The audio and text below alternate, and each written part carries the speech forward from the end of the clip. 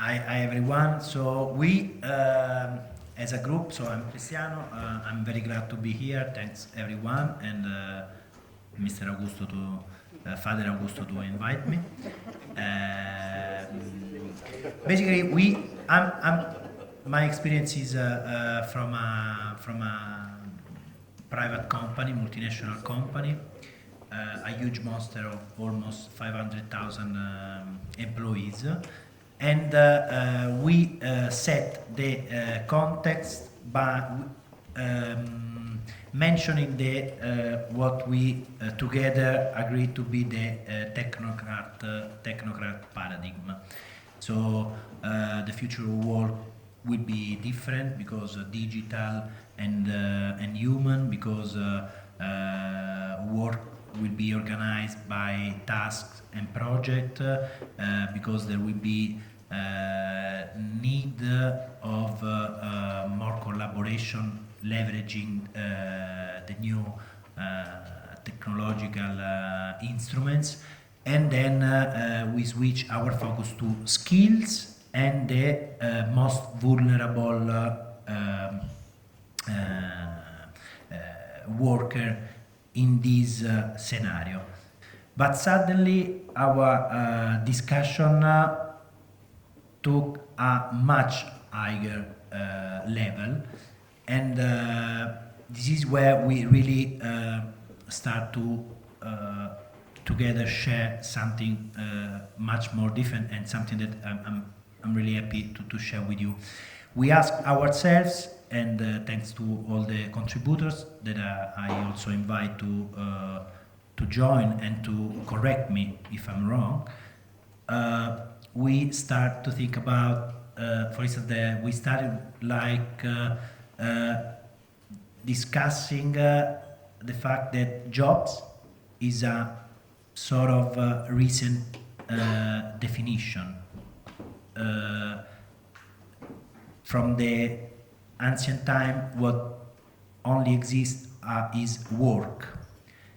And this emphasis also is a first point from where we change the paradigm.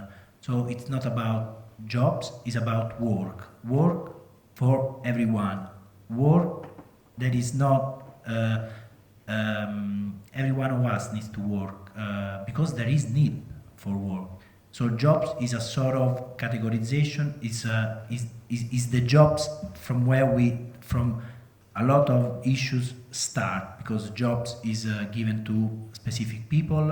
People are identified with the jobs. So whenever they change job, social issues also arises, and issues related to change and these other stuff. Technology really is a mean, is a media, is a mean, and is an opportunity for us now to really start to rethink on with a much more time, and we can free up our time leveraging digital technologies to think about values, purpose, education, and the way we basically live together and relate to each other. So let's have technologies to help us to decouple some connection between, for instance, work and workplace. Today we don't really need to have a full-time presence there. Let's decouple the paradigm of having just collaboration among colleagues. Let's open our ecosystem with third-party, government, private companies, and so on. Let's focus on real values. Let's restart to think and to give value to the different kind of works, not jobs. we were mentioning, and um, like jobs such as teachers, such as nurses, journalists as well. Sometimes these technologies are now creating systems in which those works are commoditized. This means that we can pay for an article 4 euros per hour, but I mean we are really this is not what we this is something without any control. This is something that goes in a direction that unfortunately the technocrat paradigm it doesn't seem that is addressing or tackling. That is the redistribution of income, and there is the redistribution of wealth that is unfortunately out of any discussion on the future of work. However, our emphasis was again, and then I close, on values, education, and purpose. And technology can only help on this. Learning technologies, experience learning technology, collaboration technologies, and so on and so far. Thank you very much.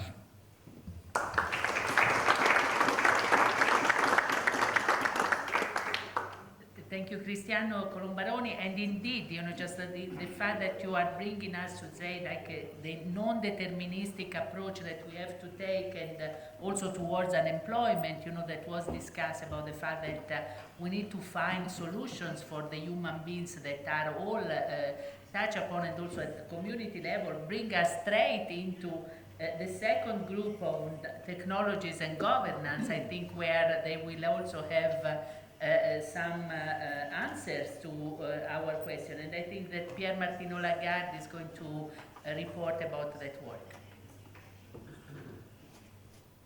Thank you, Anna. I'm not sure I have answers. Thank you, Anna. I'm not sure I have an answer for you. I'm not sure I'm going to thank Augusto right now, or maybe at the end when I've done with my job. In the Gospels, there are two ways of telling the good news. One is to tell a story, and the other one is to bring some concepts. St. Paul does bring a lot of theological concept, and the Gospel tends to tell a story, a narrative. And I find it very hard for our group to tell the story, so I will bring some concepts. So I would be more Paulinian than going with my patron, Peter. 4 areas or 4 key concepts. First one, I think if we speak about technology and governance, the first one which comes up is that we have to engage a conversation about values and meanings. Meaning of work, but also values about being together, searching for a common good. I don't think we can speak about, but also pursuing of one's well-being. It's a question of the place of the self-interest. I mean, a number of issues come up, I think it came up in the conversation. The second thing, as I draw from our conversation, is that by putting the two words together, governance on one side and technology, surprisingly, I think the notion of anthropology, or what it means being a human being, connecting in the middle of all those changes, is getting into a lot of importance. So anthropology, the basic concept of anthropology first is time. I mean, aren't we living at a speed which is unusual? I mean, what is actually speeding up and what is slowing down? Space is a second concept. I mean, I think to understand who we are in terms of human beings in relation in space and where we are locating ourselves, I think comes into play. In relation to that, I think the two other ones also are very idea which we connected to this anthropological context are dealing with the notion of relation and relationships. So on one side, what is an individual life and how do we live our individual lives, and self-fulfillment, self-realization, and at the same time communities. Who are we caring for? Who are we living with? Are we connecting our lives to other people in time and space? And how do we connect them? At which space? All that is affected and comes into play in the conversation. Third, I think interestingly, we had a sort of controversy about what reality is. And I think that's an interesting piece, which not to be disregarded into our own assessment and among us on the assessment of the reality.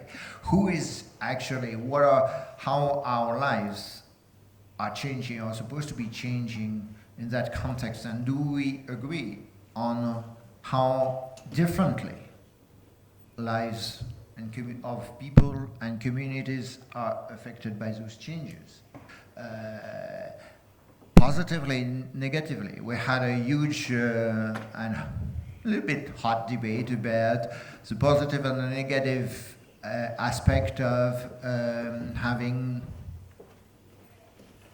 different activities or jobs altogether. Was it positive, negative? And who was affected by that reality?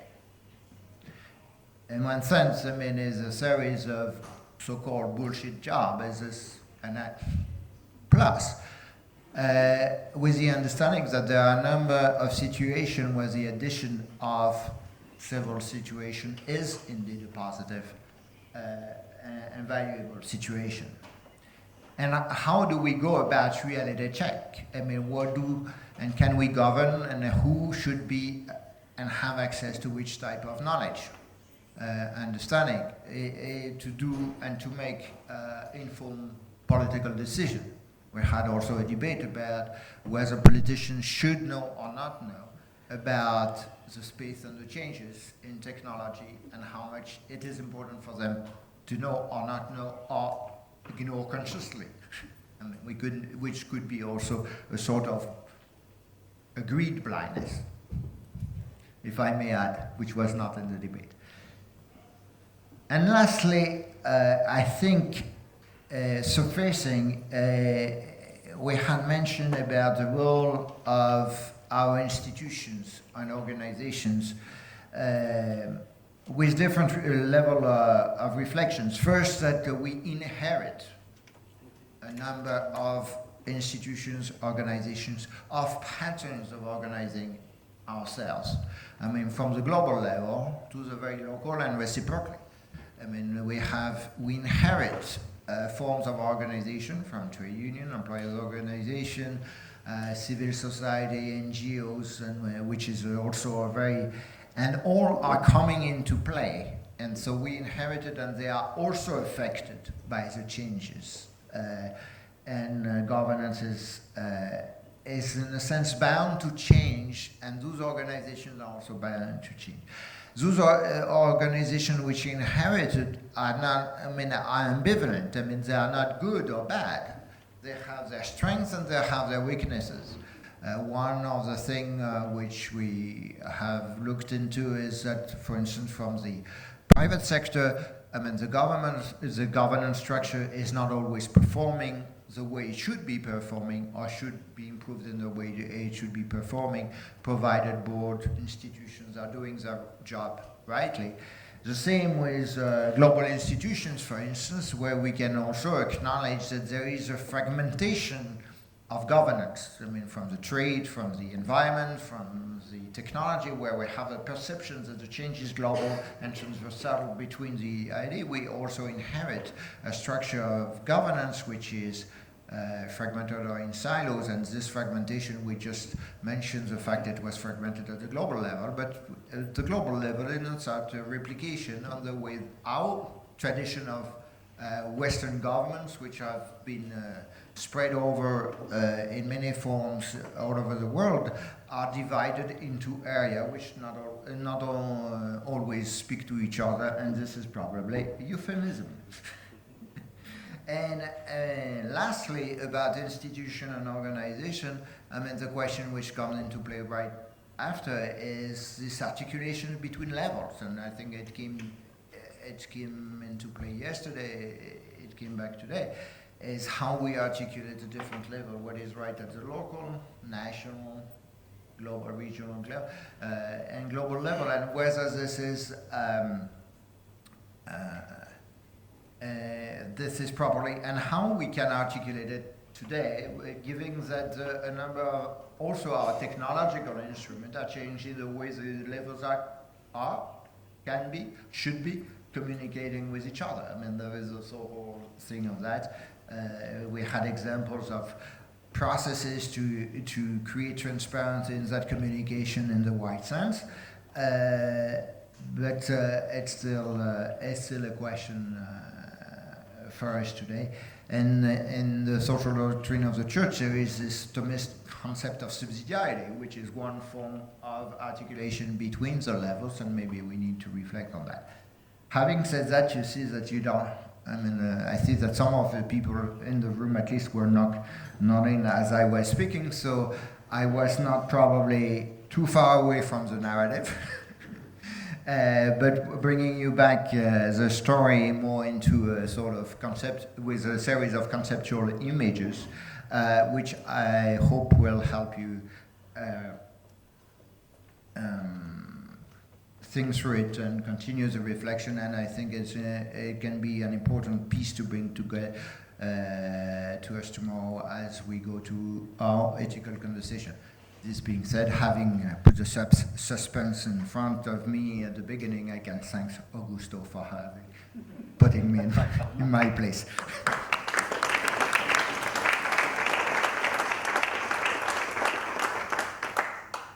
Thank you, Pierre, and indeed I think that that was a difficult probably conversation, because it is at the heart of what we will have to do eventually, and I think that indeed it's a good reflection for opening up tomorrow morning in the final reflection, and but I think that the fact that we bring, the what you mentioned about the reality check, the governance structures, the articulation of levels, it's are issues that we need to keep in mind, because again, talking about the common good that has to be built in a way of making sure that each different level talks to each other and we find the sense. So on this one, Julie Sullivan, maybe you have also, because you are looking at the new jobs or the green, what do you have to tell us? Well, our group started our conversation with a question. We all thought about how we might answer the question, how we could accomplish a just transition to new and green jobs that will enhance humanity and human dignity in the digital age, which seemed to be a good place to start in terms of what could we talk about that would help us perhaps take a different perspective about accomplishing the design and implementation of new and greener and different jobs as our future unfolds in this rapidly moving technological space. So we started off actually by recognizing and talking about the different perspectives that it takes to actually have these kinds of conversations. And that started, I'm sure it did with the other working groups as well, in terms of the number of people that were in the room who came from different backgrounds, different perspectives, and different ways of looking at what it means to achieve the common good and what it means to enhance human dignity. So that was really an interesting start. And then we actually moved on to looking at, similarly to what the previous working group talked about, the different levels at which we have to have those perspectives. And we have to have those perspectives at a systemic level, and then also at a corporate level, a customer level, and then even just individual level. So there has to be a significant understanding that this has to be done in a systemic way. Then we talked about what we thought would be really, really critical for those new jobs and what they might look like.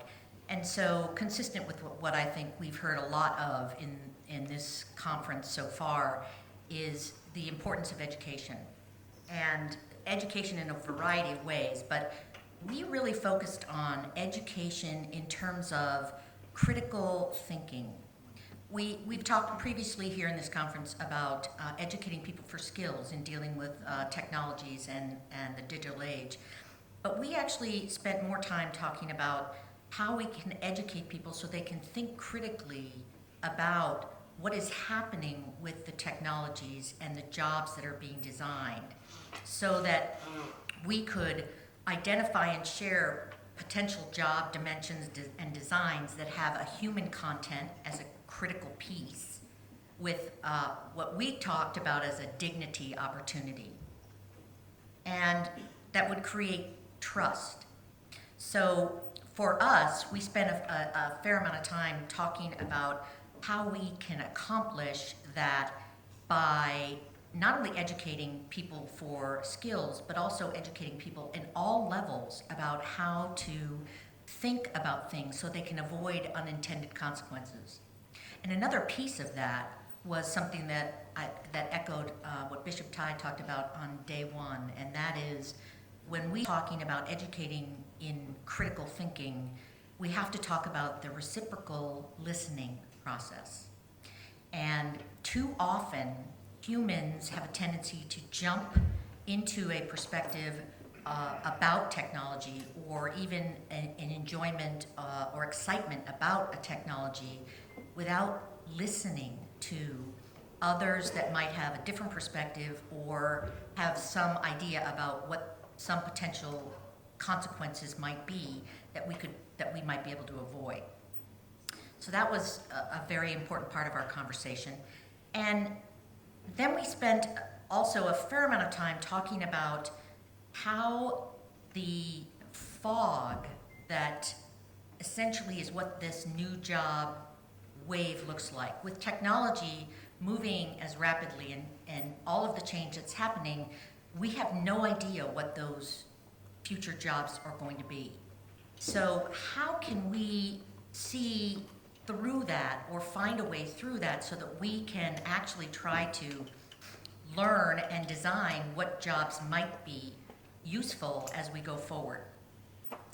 And there were a couple of really interesting perspectives about this, and one of them was, this is a place where we could use technology, not to suggest that we don't want humans to be a crucial part of the work and the job, but we also want to be able to use technology to help us understand what those jobs might be as we go forward. And as part of that, we spent a fair amount of time also talking about redefining the definition of a job, and also redefining the value of work, in the sense that we would have individuals who go to work, and why do they go to work? What is it that they value, that they really need? And not only on an individual level, but a collective level. What is it that we value, that we would want jobs to provide? And that was a very interesting conversation, because we talked about potentially doing that through the healthcare system, because people in general, regardless of background, geographical location, race, gender, ethnicity, are interested in their health and maintaining their health. So we thought maybe we could leverage that as one way of starting to redefine what the value of work might be. And by doing that at an individual level and then also at a collective level, we would be able to move forward toward the common good. Now, latter piece of that particular conversation also talked a little bit and we focused a little bit on the idea that this can be done, redefining the value of jobs and identifying potential jobs can be done, but not with technology alone, which is consistent with having the human content involved. And we spent a little time talking about what it means to have the human content involved. And we've talked about human dignity, we've talked about lots of different things, we've talked about trust. But we had some very good specific examples of what one of the members of our group called indigenous architecture, which is looking at the art and skills of individuals who are indigenous to a particular area that could be used in addition to technology. And there were different examples, but one could be masonry. Masonry there's a lot of science involved in masonry, and there could be technology involved in that, but there's also an art to masonry. And there's something about that piece that we need to remember as part of that human content for the jobs that we're going to create in the future. And I had a very nice time with my group. I really enjoyed it. We did not have any, significant disagreements. We actually had a really productive time. So I'm going to cut it short because I could go on for a long time. So that's enough for me.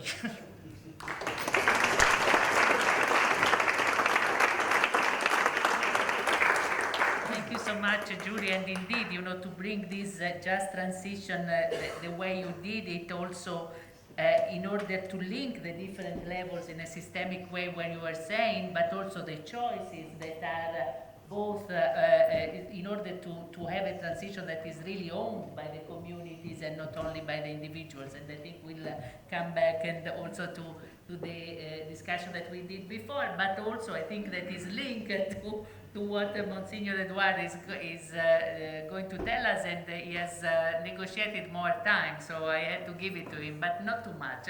Go ahead. I don't need not so much time.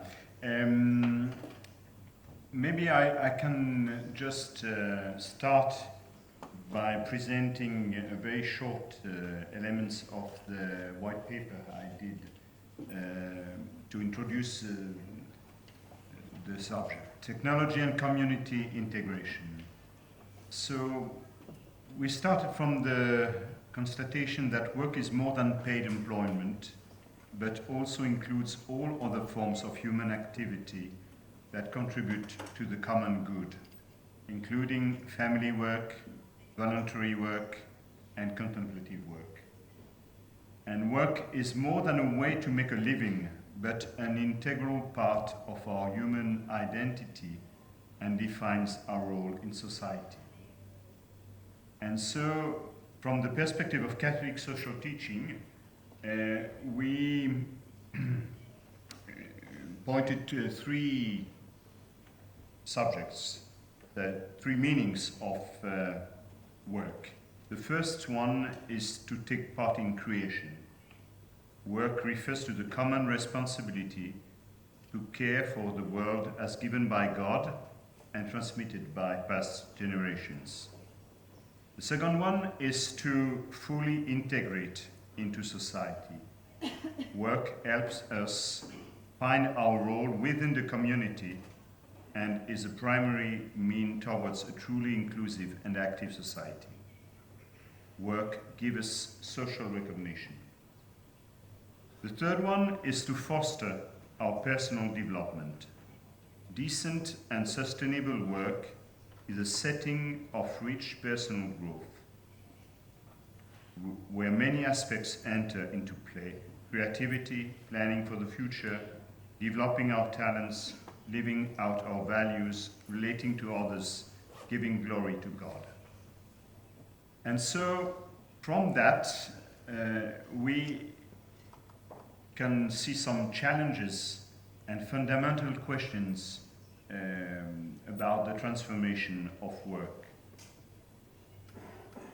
I proposed three challenges. The first one was technology increasingly replaces jobs of the middle class and causes anxiety about employment and social decline. The second one was digitalization led to new forms of employment which don't fit in the current labor rules and may fail to provide security, especially for young people who are entering in the active life. And the third one, the new world of work provides opportunities and risk for balancing family, social, and work life. How to manage this together. In our group, we had a very active discussion, I would say. And what I have understood quite from the beginning is that we don't have exactly the same meaning, the same comprehension of what does the common good means. And it's interesting to listen to that. And how the common good is more than the addition of personal goods. We have seen also that from our geographical origin, the approach was quite different. Between European one, what I've prepared was very European, and I'm also rather proud of that. But we've seen that from an American point of view, the situation is quite different because the point is more placed on the role of the individual. And so individualization of work. And we have also the third point of view coming from developing countries and pointing the fact that the new technologies can bring a lot of changes in work in those countries. We have also seen the importance of education, as it was said in the other groups too. Also this kind of vicious circle between the worker and the consumer. Because the worker, as he has limited access to money, wants to consume the goods who are the cheapest. We've seen also the problem of generations, because the new technologies are not so wide developed by elder people. And we've seen that a lot of people don't have the full access to it. What does it mean? Also, another point I can notice is that it would have been useful for this topic to have kind of discussions between workers and employees. But we had no representatives of trade unions and employers, quite few. And so we were discussing maybe on a more theoretical point of view and not enough on the real and concrete conditions of life of the people. That's, I think, the main thing I can say about what we discussed in our group. It was a very interesting discussion and with various points of view, very different.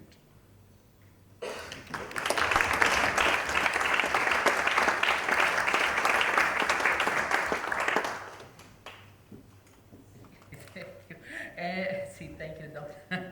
And, thank you, Monsignor. And indeed, it's like I think that what you brought to the table, and I don't want to reopen the discussion, but it's really important also in terms of what do we link to work and also you know, for example, the definition of employee was also because a series of rights that were attached to that were come up also including on the collective bargaining and agreements, and this is very much a European also American, but you know, it's like the important thing is that all workers eventually have certain rights, have certain possibility to fulfill themselves and also the community. So I think that tomorrow the challenges that you raise will also continue in our discussion.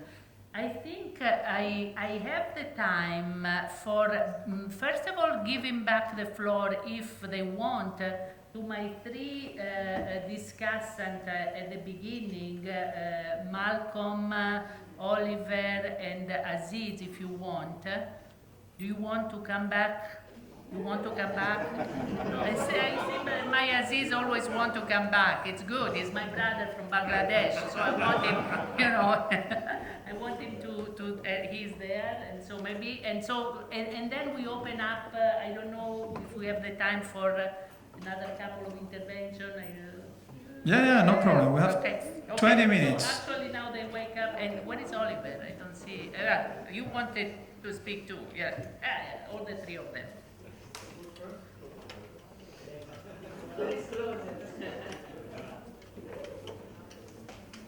Mine was only a very quick one, actually, because I spoke about the EMIN project earlier, and I just wanted to say that we are still looking for organisations that might want to partner with us, that might want to be involved. So, if so, please do see me or contact us via our website.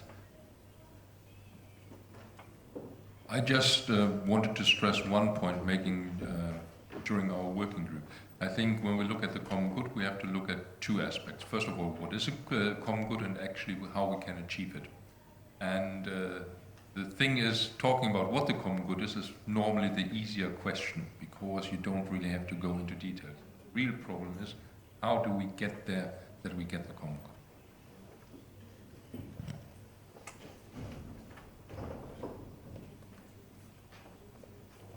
good? Thank you.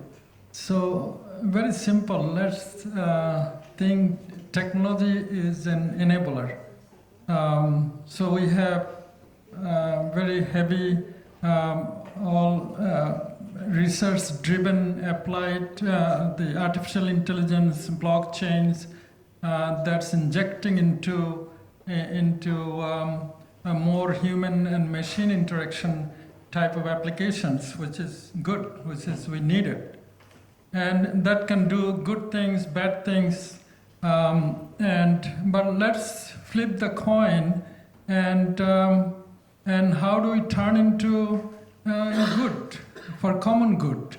And so some of the application, even distributed computing, that's blockchain really based on, which is, I had the opportunity to do that, work on the distributed computing back in 90s, very early, back in 80s really.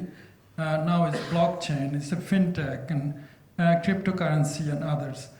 And neural networks that we've been involved with the medical technology, with the deep learning area. What we try to solve the issue that's today, and at a very simple way. We can say low cost, high impact solutions. Very low cost means that I mentioned that with the bishop was presiding, we are capturing rainwaters for the people who don't have the clean water in the areas that for massive population. So that we are injecting technology into it. We have rural area ECG machine to read cardio. That they cannot read it, or they cannot really, the specialists, there are not many specialists in the rural area to see that readings, whether that is good or bad reading. So we are injecting ICT into it. You can call them whatever you like, IoT and applications and all intelligence, but it's simply adding the IP interface to the existing technologies, and it's serving thousands of, even millions of people if we can really find a way to bring them faster. So we are injecting into that IP address to the probably 100 years old ICG machine, and we created something content for, we call them rural doctors course. So rural doctors course, they are very simply learning through YouTube, other content, and reading those through the machines and sending to the hospitals or specialists. So it's serving the purpose. Is so we can make proactive decisions. So let's think about that.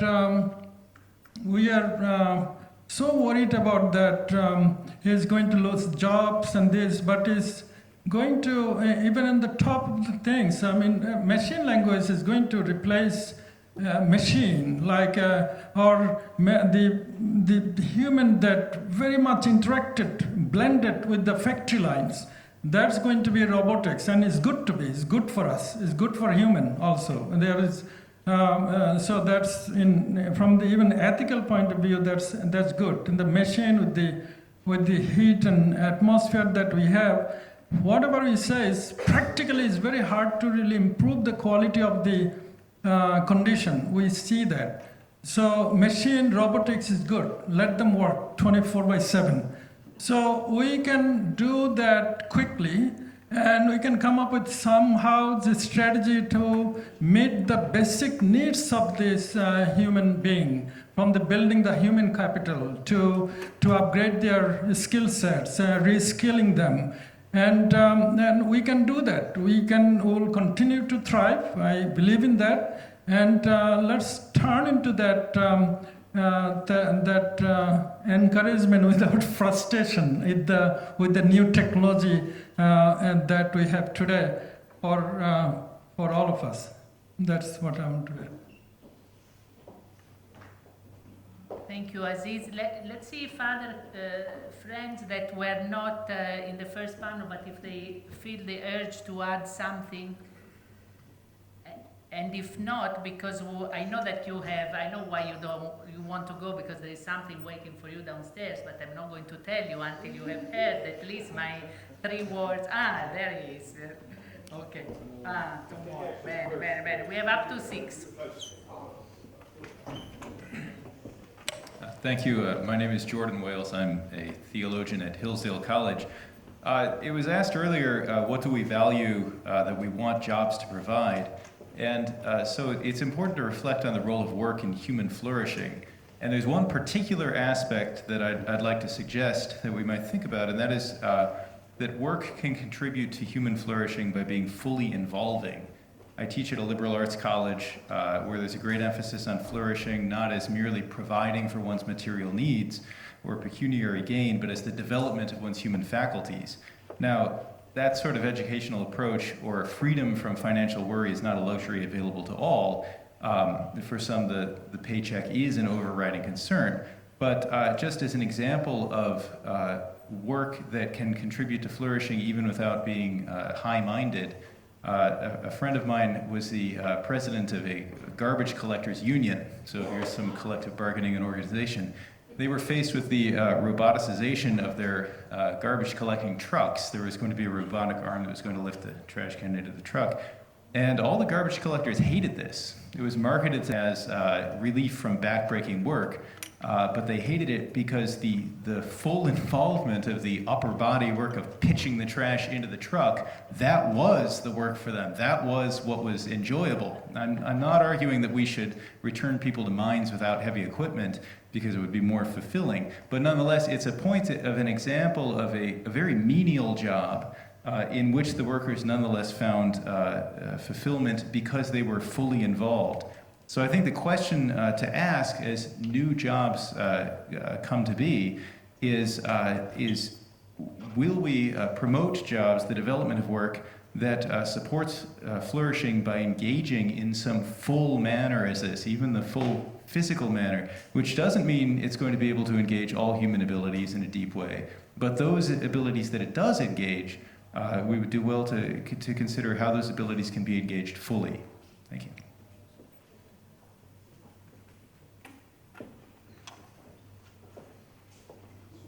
Not too sure how to follow on from that. Thank you very much. Stuart Hutton from Simply Ethical and the European Partners for the Environment. It was just a few points to pick up from discussions I've been listening to and also from our group as well. One was around technology offers opportunities, but also offers a situation where it can create greater difference between those who have and those who don't. And I think the access to information and to data will go to those who can afford it, and we need to be very aware how that, will affect and impact what we're trying to look at in terms of the common good today. The other bit that we picked up with, I know you didn't mention on purpose, but was around the dignity perspective and the fact that we're trying no longer to call humans, employees, no longer called an asset. And in fact, I think the point we then picked up and followed in our group was that actually they no longer should be an asset, and we need to look at it from a different perspective. And we need to make sure that work is also a necessity. It can be a necessity to pay off personal debt or societal debt.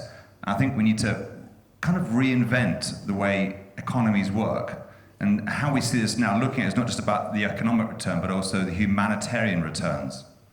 The final point I wanted to kind of raise was we must be more action-based. And we talked right at the beginning yesterday about creating actions that we can deliver on. And we must be more outcome-focused.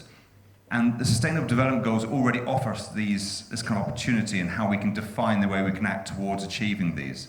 And I think this kind of just transition and paradigm shift needs pioneers. I think what is interesting is sitting in this room the last 2 days, we are all pioneers in this, and there are many people out there to recognize and work together collaboratively, we can achieve the things that can be, want to be done. I'd just like to make a quick comment as well. I think the point about human flourishing is an extremely important point. And we were talking about the value of work for the collective and the common good.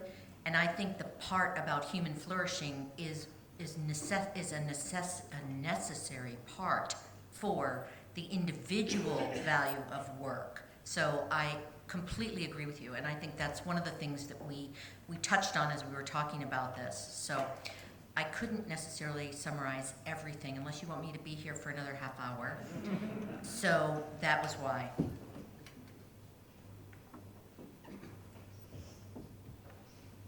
Hello, good evening. I'm Hind. I work as a curriculum specialist in the Ministry of Education. I study mainly the impact of everything that is framework and reform on the field. I have now a positive thing about technology. When I say common good, I think about what technology can offer to people such as Stephen Hawking or Christopher Reeves. These are very big scientists and Hollywood actors who really could have lost their capability of communicating with us, theories or common good for humanity, but technology has helped them to survive, to make their life better.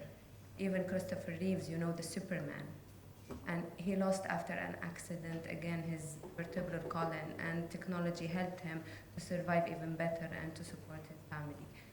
So technology, in a way, along with all these children with special needs, autism and others, Garrett, he's in health science, can help, of course. All of these kids that really need technology to express even the thoughts or to read and to share their maybe writing. So technology, in a way, can do the common good, but we need, again, and we said in the group that was really active, and that we need to define technology's usage, not limit its usage, but define it and manage it in a way to answer these inequality, these needs, gender, women in labor, poor that they cannot really be there, and come from the bottom of the pyramid, above and down. We cannot use only one taxonomy, Bloom and Webb, and that's it. We need to create a new taxonomy with the use of technology in order to define this common good together. Thank you. I just want to say a word that really has been included in what has been said, but it is to emphasize the importance of community. That did it was very present in our conversation, and I think sometimes we think about community in the abstract, or we theoretically refer to community, but I think that what we need to bring to this whole process is an assurance that community will ensure that everyone has access to a decent life, and that the whole process of accepting, of making use of, and of guiding the ability of the digital technology to help us do that, I think is important. But at a fundamental level, it's about community if we're talking about the common good.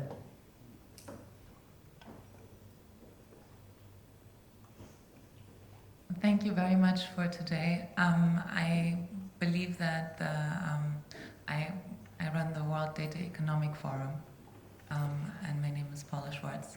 I believe that the framework of the Sustainable Development Goals of the United Nations and institutions that are helping to actually foster and grow them across the world are a great opportunity, so that we can actually measure also the social and ecological profit apart from only the financial profit. So what I'm doing with the World Data Economic Forum is, one, to show the financial profit that we can generate through good structures and data, and on the other hand, what we can also show is actually the social and the ecological profit.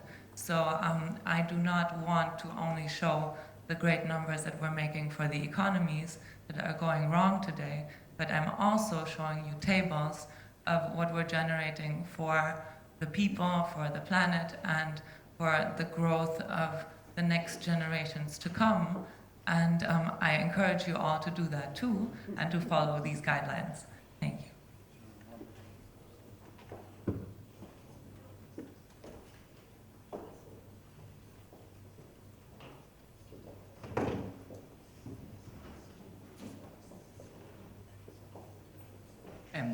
Hello, Gareth Presh, founder of the World Health Innovation Summit. But I just think we have a fantastic opportunity. We do have solutions. Technology is there.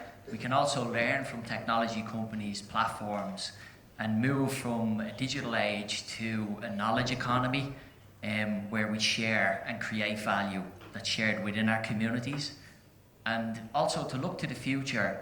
I personally have 2 young children, 6 and 3 years of age, and I want my daughters to grow up in a society that is about the common good, and let's use our collective knowledge to deliver that.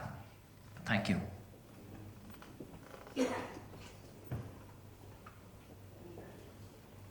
And indeed, I think that this last intervention brings us back to what yesterday. Do we have somebody? Oh, see, yes. Just a very, very simple and short question. I heard that there are some differences in what is the definition of common good. So why not to refer to the definition that Pope Francis gives in Laudato Si, number 156? He said very clearly what is common good. An integral ecology is inseparable from the notion of common good, a central and unifying principle of social ethics. The common good is the sum of those conditions of social life which allow social groups and their individual members relatively through and with access their own fulfillment.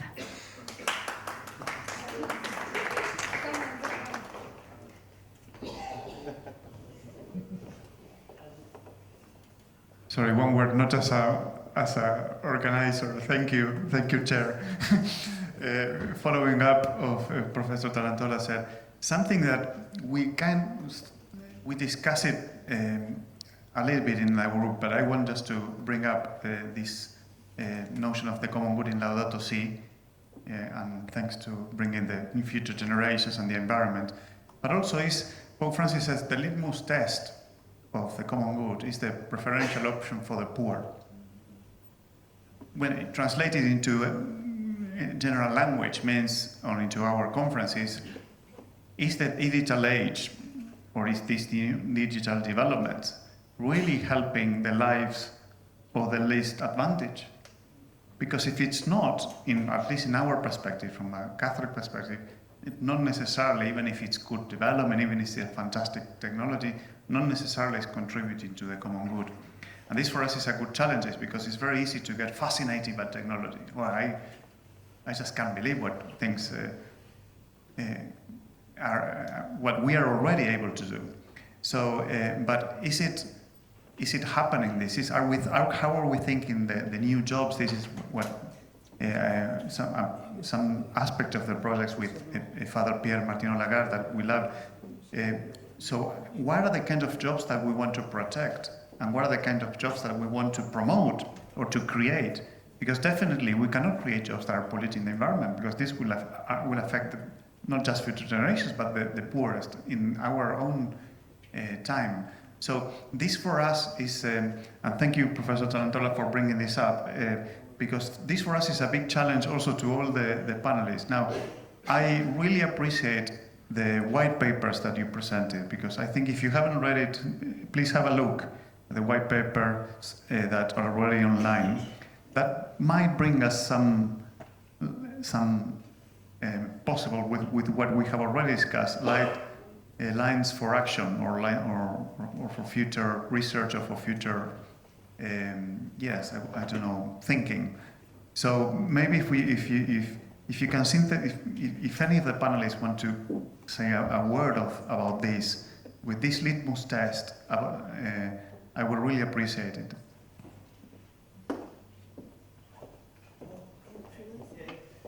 I mean, it's something that came to my mind since we started discussion. So maybe I repeat myself. However, we have the technologies, no? Because you were mentioning for the poor, there are projects, for instance, empowered by United Nations that help refugees in on the field, for instance, Lebanon, leveraging gig economy, so working on micro tasks that help them in their refugee in their countries, such as Lebanon or Iraqi and etc., to work, to earn something, and also to learn. No, so those goes in the direction of tech for food. We mention, technology can help us to don't work on the more routinary task, no? Because artificial intelligence and robotics are transforming the nature of work, no? So humans can really focus on more added value activities. Further, cooperation and collaboration. There are so many tools that we are already using, such as cooperation and collaboration tools, social networking, interactive portals that can really help us spreading out the knowledge and going forward the limit of